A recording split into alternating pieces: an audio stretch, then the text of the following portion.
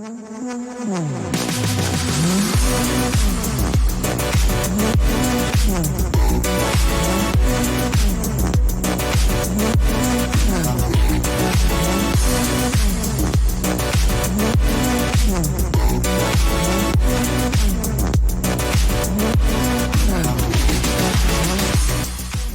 everyone. I'm Emily.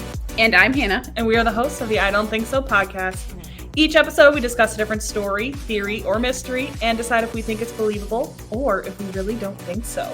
Here at the I Don't Think So podcast, we are affiliated with Flurry Sports, and we present our podcasts every Wednesday. If you like what you hear, give us a rating or leave us a comment. And definitely follow us on our socials at I Don't Think So _EH. Yeah, welcome back. Season 3. Season 3. Who knew? We were a little late this time around. We took a little extra break, which is just fine by me. That being said, we are on our new season. Mm-hmm. I know, it's kind of crazy. To be frank, I didn't know we were ever going to make it this far. I say that every year. If you've been around for the last 2 seasons, you're a real one. You're a real one. Last 2 years. That's crazy. We do year-long seasons.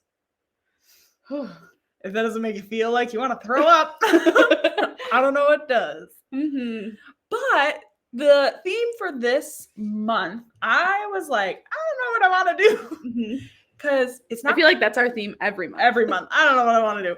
Because I'm like, October feels like more of that spooky, creepy, whatever. And I'm like, September really isn't anything. You start school. It's like new beginnings. New beginnings. And I didn't know what to do. Because I was trying to think of what we ended on. I think we did conspiracies for our last theme, like a pop culture conspiracy. Yeah, that sounds right. Yeah. It's been a long month. It's been a few months. Well, yeah, it's been kind of like a month and a half. Month and a half, roughly. Well, hello. Welcome back. Now you get to hear our voice. But I was kind of inspired because on my way to work at the butt crack of dawn, I like to listen to the Up and Vanished podcast. I love this podcast. Such a good podcast. Mm-hmm. And so I took a little inspiration and I thought this month our theme would be missing. Okay, good. I like that. So whether that's people who've gone missing, things who've gone missing, stuff, you can do what you want with it. Mm-hmm. But I wanted to talk a little bit about the Madeleine McCann. Oh, yeah. Missing. Mm-hmm. Have you heard? Okay, so I've seen that there is a Netflix documentary. I don't think I ever watched it. Mm-hmm. Yeah, that came out in 2019. I feel like I might have heard bits and pieces of the story before. Is she did she go to Europe or something? Yes. Yep. Okay. She is, so Madeleine Beth McCann, she was born May of 2003. Oh. Yeah. Young? She, at the age of 3, disappeared from her bed while at a holiday apartment in Praia de Luís in Lagos, Portugal. Okay, but they're from the United States, correct? I believe so. Okay. Got it. And she went missing in 2007. So she wasn't very old. Yeah. 4. Mm-hmm. And the Daily Telegraph describes her disappearance as the most heavily reported missing person case in modern history. Wow. Yeah, so she disappeared when she was 3 years old. So we'll talk a little bit kind of about her background and then her parents' background, and we'll get into the story of how she went missing. Sounds good. So Madeleine McCann, I think it's McCann. It might be McCann. I think it's McCann. Okay, cool. She was born in Leicestershire and lived with her family in Rothley, Leicestershire. Wrong. She's from England. That sounds English. And at her parents' request, she was made a ward of court in England shortly after her disappearance, which gave the court statutory powers to act on her behalf. Oh, so okay. In case she was found, they could do stuff for her. Help her. Whether that was her parents were still involved or living or not. Police described Madeleine as blonde-haired with blue eyes, a small brown spot on her left calf, and a distinctive dark stripe on the iris of her right eye. Interesting. In 2009, the McCanns released an age-progressed image of how she may look at age 6, and in 2012, Scotland Yard commissioned one of her at age 9. So, a little bit of a bummer. She is not been found. Right. So her parents are Kate and Jerry McCann. They are both physicians and practicing Roman Catholics. Ooh, bless up. Amen. Kate was born in 1986 and attended an All Saints school in Anfield, then Notre Dame High School in Everton Valley, and graduated in 1992, where she would then get a degree from the University of Dundee in medicine. Dundee. Ooh. She moved briefly into obstetrics and gynecology, then anesthetics, and finally she just moved on to general practice. Gerald McCann goes by Jerry. Is that a G? Absolutely. I love a G, Jerry. He attended Holyrood RC Secondary School before graduating from the University of Glasgow with a bachelor's in science in physiology, sports science in 89. And then in 92, he qualified in medicine. And in 2002, obtained his MD, also from Glasgow. Wow. So he went a little more roundabout. Yeah. That's okay. Since 2005, he's been a consultant cardiologist at Glenfield Hospital in Leicestershire. And the McCanns met in 1993 in Glasgow, married in 1998, and she would be born in 2003, Madeleine. And then they had twins in 2005, a little boy and a little girl. Oh, I didn't realize she had siblings. Mm-hmm. Just crazy to me. But can you imagine? No. Me either. So the McCanns were on a holiday with 7 friends and 8 children total, including the McCanns' 3 kids. The 9 adults dined together at the evening at 20:30. And if for folks who don't do military time, because 8:30 PM? Yeah. Late. I know. You got kids. What are you doing? Bedtime. They dined there at the resort's tapas restaurant. Ooh. I love a tapa. As a result, the media would dub the friends as the Tapas 7. Oh. I know. The report of one of the group, Jane Tainer, said that she saw a man carry a child away from the resort 45 minutes before Madeleine would be reported missing. And this would become one of the most discussed aspects of the case. The McCanns arrived to this resort on April 28th in 2007 for their 7-night spring break in Para de Luís, which is a village in Portugal's Algarve region with about a population known as around 1,000. It's also called Little Britain. Oh. Because of the concentration of British homeowners and holidaymakers in the area. Interesting. Yeah, so they had booked through the British holiday company Mark Warner Ltd. And were placed in a 5A Rura Drive. Oh no, it's an apartment complex. We're going to give up on trying to, it's a very long name. The apartment was owned by a retired teacher from Liverpool, one of the several privately owned properties that the company had. So they were in room 5A. It was a 2-bedroom ground floor apartment in the 5th block of a group of apartments known as the Waterside Village, which lay on the perimeter part of Mark Warner's Ocean Club Resort. Ooh. So Matthew and Rachel Oldfield were in next door. They were in 5B. Mm-hmm. Jane Tainer and Russell O'Brien were in 5D, and the Paynes, Diane and Diane Webster, were on the first floor. Located on the corner there, 5A was accessible to the public on 2 sides. Okay. Sliding glass patio doors in the living room and at the back overlooked kind of the pool, the tennis courts, the restaurant, and a bar. The patio doors could be accessed by a public street where a small gate and a set of steps would lead to 5A's balcony and a living room. 5A's front door was on the opposite side of the block from the Ocean Club on another street. So the McCanns' children slept in a bedroom next to the front door, which the McCanns kept locked. The bedroom had one waist-high window with curtains and a metal exterior shutter. The ladder it had a ladder. Mm-hmm. To the wedding window? Nope, wrong. Ladder is spelled differently. Latter. So, meaning that the shutter was controlled by a cord outside the window. Gotcha. Inside the window. The McCanns kept the curtains and shutter closed throughout the holiday, and the window overlooked a narrow walkway and like a car park, which was separated by a little wall. Madeleine slept in a single bed next to the bedroom door on the opposite side of the room from the window, and the twins were in travel cots in the middle of the room. Twins, man. I hope I never have twins. I just feel bad for twins. I mean, you get like a built-in best friend and that's really cool, but like nothing is yours. Yeah, no. Not one thing. There was also another single bed underneath the window. Gotcha. So talking a little bit about her disappearance. So in the daytime on Thursday, May 3rd, 2007, it was kind of the day for the family's holiday. Over breakfast, Madeleine asked, quote, "Why didn't you come when my brother and I cried last night?" End quote. After the disappearance, her parents wondered whether this meant someone had entered the children's bedroom. Her mother also noticed a large brown stain on Madeleine's pajama top that day. The children spent the morning in the resort's kid club, and then the family lunched in their apartment before heading to the pool.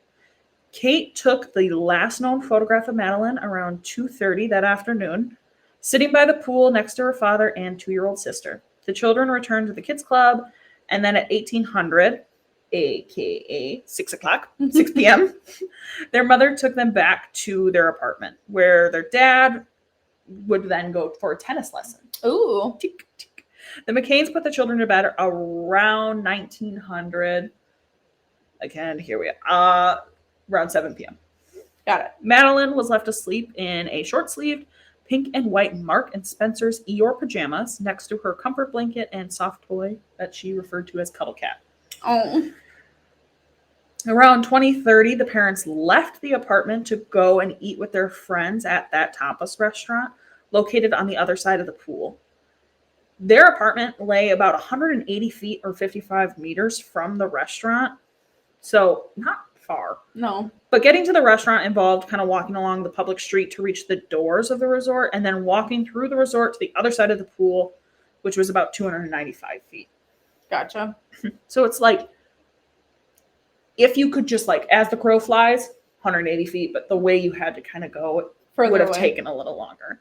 The top of the apartment was visible from the tapas restaurant, but not the doors. The patio doors could be locked only from the inside, so the McCanns left them closed but unlocked with the curtains drawn, so they could let themselves in that way when then would go check on the kids. There was a child safety gate at the top of the steps from the patio and a low gate at the bottom, which would lead to the street.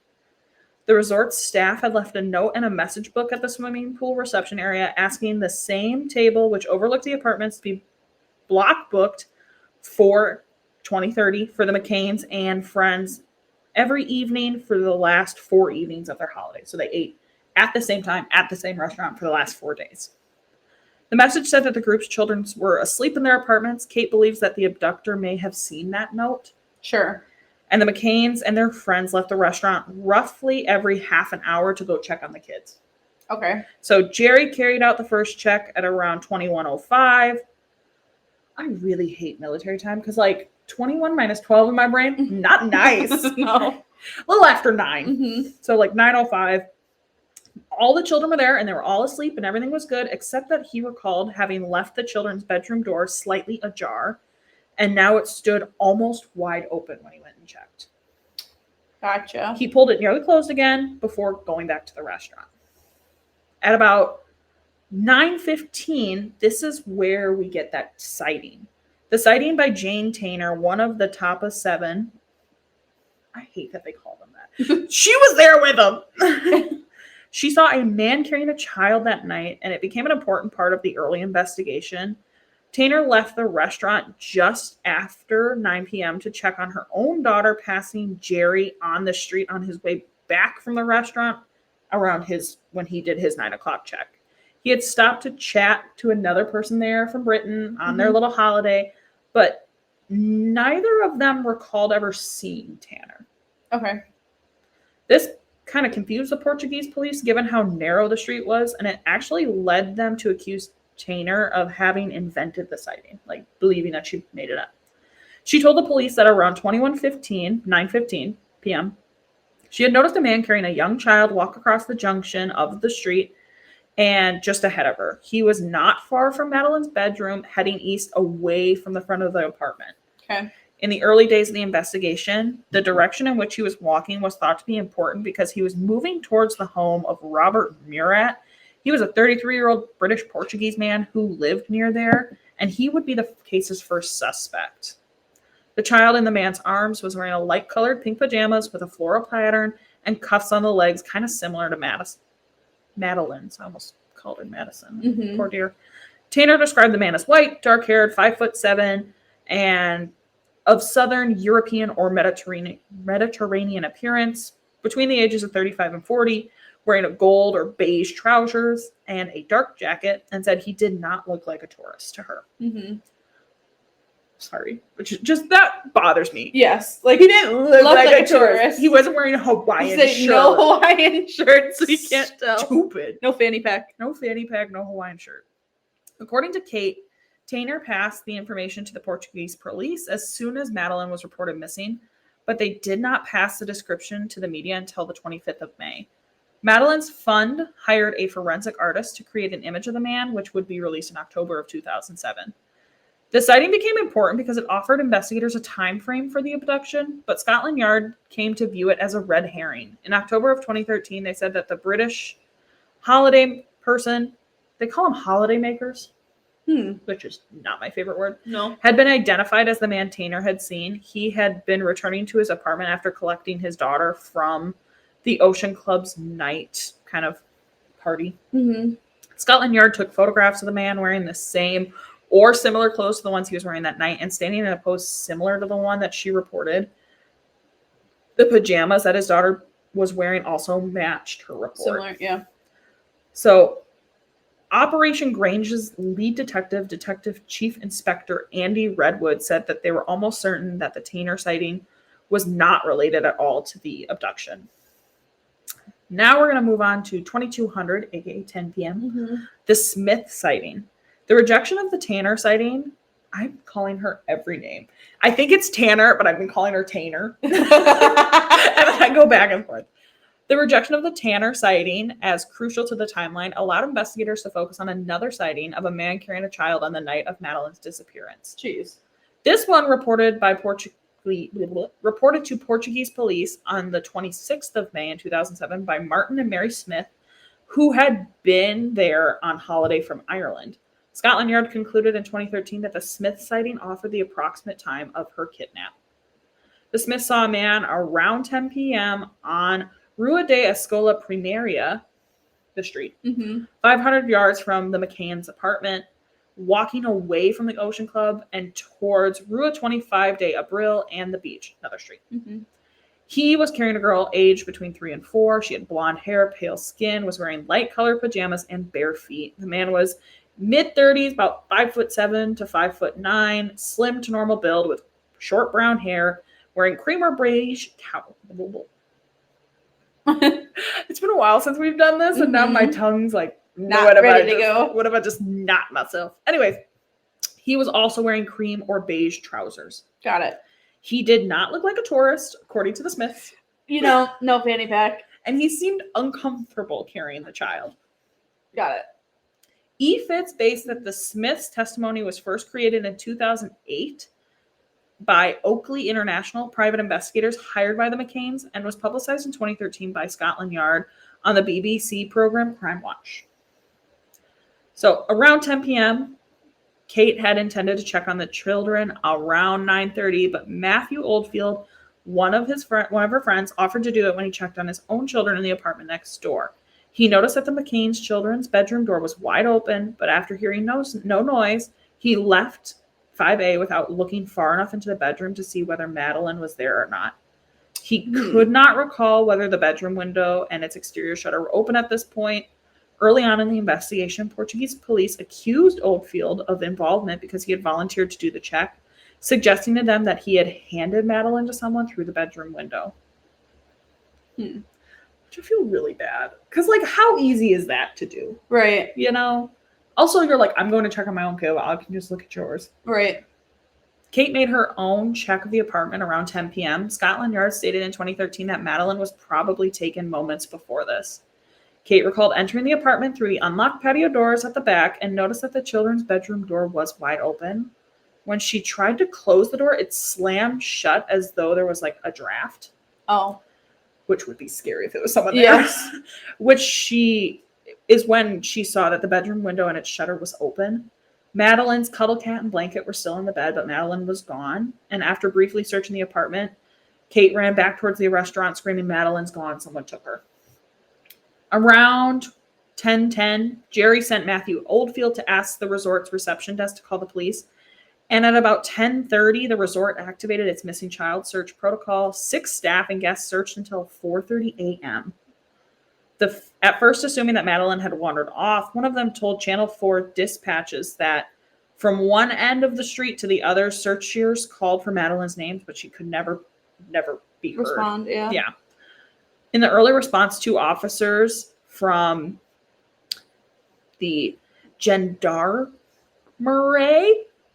the GNR is what we're going to call it, arrived at the resort at around 11:30 from Lagos, which is about 5 miles away. At midnight, after briefly searching, they alerted the criminal police, and Kate recounted that the Policia Judiciaria, we're going to call them PJ for short, recounted that PJ arrived just after 1 a.m. According to the PJ, they arrived within 10 minutes of being alerted. Whatever. At 2 a.m., 2 patrol dogs were brought to the resort, and around 8 a.m., 4 search and rescue dogs were brought in.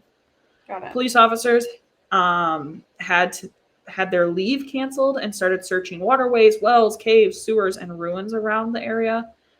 Inspector Amaral, head of the PJ in Portimao, there's no way I said that right, became the inquiries coordinator. It was widely acknowledged that mistakes were made during the so-called golden hours soon after the disappearance. Neither border nor marine police were ever given descriptions of Madeleine for many, many hours, and officers did not make house-to-house searches. According to Kate, roadblocks were first put in place around 10 a.m. the next morning. Police did not request motorway surveillance pictures of vehicles leaving the area that night of the disappearance or of the road between Lagos and Villarreal de Santo Antonio on the Spanish border. Euroscut is the company that monitors the road, says they were not approached ever for any information. That's wild. It took Interpol 5 days to issue a global missing persons report, and not everyone in the resort at the time was interviewed. A lot of people later contacted the British police to say that no one had ever spoken to them. Oh, gosh. The crime scene was not secured. Portuguese police took samples from Madeleine's bedroom, which were sent to 3 forensic labs. It was reported on June 1st in 2007 that the DNA from one stranger had been found, but around 20 people had entered the apartment of 5A before it was ever closed off, according to Chief Inspector. According to Kate, an officer placed tape across the doorway of the child's bedroom, but left at 3 a.m. without ever securing the apartment. The PJ case file released in 2008 showed that 5A lay empty for a month after the disappearance. Oh my God. Then it was let out to tourists before being sealed off again in August 2007 for more forensic tests. Oh my gosh. A similar situation arose outside the apartment when a crowd gathered by the door of 5A, including next to the children's bedroom window, though might have been where the abductor entered from. Correct. And trampled any evidence that possibly could have been there. An officer dusted the bedroom window's exterior shutter for fingerprints without wearing gloves and or other protective clothing. All of a sudden, he's the suspect. British police in the United Kingdom, it was agreed that Madeleine's home force of Leicestershire, it's like Worcestershire stuff. Leicestershire police, led by Chief Constable Matt Baggett, would coordinate the British response, although it remained a Portuguese inquiry. A strategic coordinating group, or a gold group, was put together representing the police, the Serious Organized Crime Agency, which I didn't know was a thing, SOCA, the Child Exploitation and Online Protection Center, the CEOP, and the National Police Improvement Agency, the NPIA. The PJ gave the British team room to work, but apparently resented their presence. British police were used to feeding their data through Homes 2, which is the Home Office large major inquiry system. In Portugal, the information was collected in boxes. Oh, it's fine. In addition, the PJ had less autonomy than the police in the UK, often having to wait for magistrates' decisions, which slowed things down. In an interview for Anthony Summers and Robin Swan's book, Looking for Madeleine, published in 2014, Jim Gamble, the head of the CEOP at the time, said Portuguese police felt that they were being condescended to and that the British were acting as a colonial power, which we know they have. Yeah, so with media being involved, and a PJ officer acknowledged in 2010 that the Portuguese police had been suspicious of the McCanns from the start because of the big media circus that followed. Jerry told Vanity Fair in 2008 that he had decided to market Madeleine to keep her in the public eye. To that end, a string of public relations consultants arrived at Praia de Luis, and deeply resented by the local police, who saw the media attention as counterproductive. Alex Wolfall, the British PR firm Bell Pottinger, represented Mark Warner Ltd., dealt with the media for the first 10 days, and the British government sent in press officers, and this was unprecedented at the time. Yeah. The first government press officer was Cherie Dodd, a former Daily Mirror journalist, who was followed by Clarence Mitchell, the director of media monitoring for the Central Office of Information, the COI. Ooh. There's a lot of acronyms in this. Mm-hmm. When the government withdrew Mitchell, the McCanns hired Justine McGuinness, who was reportedly headhunted for the job. When she left, Hanover Communications took over briefly, headed by Charles Lewington, formerly John Major's private secretary. In September 2007, Brian Kennedy of Everest Windows stepped forward as the benefactor and offered to cover Mitchell's salary so that he could return. Mitchell resigned from his government position and started working for the McCanns full-time, and he was later paid by Madeleine's fund. The McCanns would set up this Madeleine's fund, leaving no stone unturned Ltd. On the 15th of May in 2007 to raise money and awareness. Its website attracted 58 million hits in the first 2 days. Through May and June, the couple's PR team arranged events to sustain media interest on the case, which included a visit to the Portuguese city of Fatima, as well as trips to Holland, Germany, Spain, and Morocco. I've got some questions for them. Mm-hmm. Like, why are we taking vacations? No kidding. On the 30th of May in 2007, accompanied by reporters, the couple flew to Rome to meet Pope Benedict. A visit arranged by Cardinal Cormac Murphy O'Connor, the Archbishop of Westminster. And the following months, balloons were let off in 300 cities around the world. By early June, journalists were voicing concerns that the sheer professionalism of it troubled journalists. According to Matthew Paris, placing Madeleine at the front page of the British newspaper would sell up to 30,000 extra copies. That's crazy. She appeared on the cover of People magazine on May 28th, 2007, on the front page of several British tabloids every day for almost 6 months, and as one of Sky News's menu options: UK News, Madeleine, World News. That was their options. Between May of 2007 and July of 2008, the Portuguese tabloid Correio de Manha published 384 articles about Madeleine. By June of 2008, a search for her name on YouTube returned over 3,680 videos and 7 million posts. Unfortunately, I kind of debriefed a little bit in the front end, nothing has ever been found. Right. Madeleine's never been found. There's never really been any information. I feel like there's no additional evidence that have really come to light. No additional evidence. And unfortunately, at this point, it is believed that Madeleine is probably gone. Right. But no guarantees, obviously. Her family does continue to look. And in 2019, as I kind of said, Netflix released an 8-part documentary series called The Disappearance of Madeleine McCann. Interviews included Jim Gamble, the former head of the CEOP, Alan Johnson, the former British Home Secretary, Brian Kennedy, the British businessman who supported the McCanns financially, Justine McGuinness, the McCanns' former spokesperson, Goncalo Amaro, the former head of the PJ investigation, Robert Murat, the first Argado, Julian Perbanez, a former Mateto private investigator, Sandra Figueiras, a Portuguese journalist who also would cover the disappearance, and Anthony Summers and Robin Swan, authors of the Looking for Madeleine book. The McCann family did not support the production of the documentary and refused to take part, and encouraged others also to not be involved. Wow. But, that's kind of where it stands. I found this one to be interesting, but not shocking. If that makes sense. Mm-hmm. I understand you can see the apartment. Wow, you have a key. Correct. Oh, and I just don't know if I would ever actually leave. the kids, unless I was sitting like say they were sitting in the pool, literally right outside the door. Yeah. And like if the other people had come in through the window, it still could have happened. You know what I'm saying? Yeah. But, like, I don't think I'd ever be that far away. And I'm not trying to like. I mean, it's victim blame. Tragic. Mm-hmm. But it was odd to me.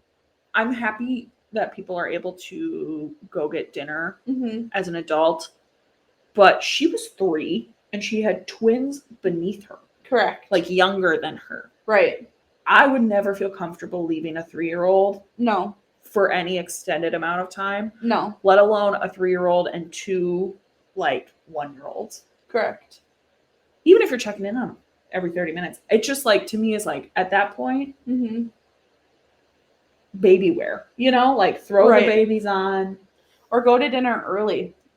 Go to dinner a little earlier. Or like, heaven forbid, one of you miss like dinner. Miss dinner. Or hire a babysitter. There's like, to me, there was just so many options of like, it's the whole, you don't leave your baby in the car even though you're running into the gas station. Right. It's kind of that same vein of like, yeah, you don't do it. You just don't do it. It's really unfortunate. At this point, I do hope Madeleine's at peace wherever she is. But yeah, this was the most highly coveraged. It's kind of crazy how big it got without any sort of real evidence. Oh my God. I love that. And you got to be better about this. Yeah. But like the Portugal police that are like, I just did for fingerprints, but I never put on gloves. We taped it off hours after it happened and then opened it back up and then taped it off again. Wild. What happened? We let people tromp in and out. We, let people by the window stomp around. Yeah. I don't know. That's crazy. Isn't that nuts? But that was our first missing. If you are interested in any other specific missing stories, please let us know. You can send us a DM or an email. Also, if you have any other ideas for different topics you'd like us to cover in the coming months, definitely let us know. Please. And welcome back for season 3. Welcome back to season 3. If you like what you hear, go ahead, like, share, follow us on all of our socials at I don't think so _EH. And we will see you guys next week. Bye. Bye.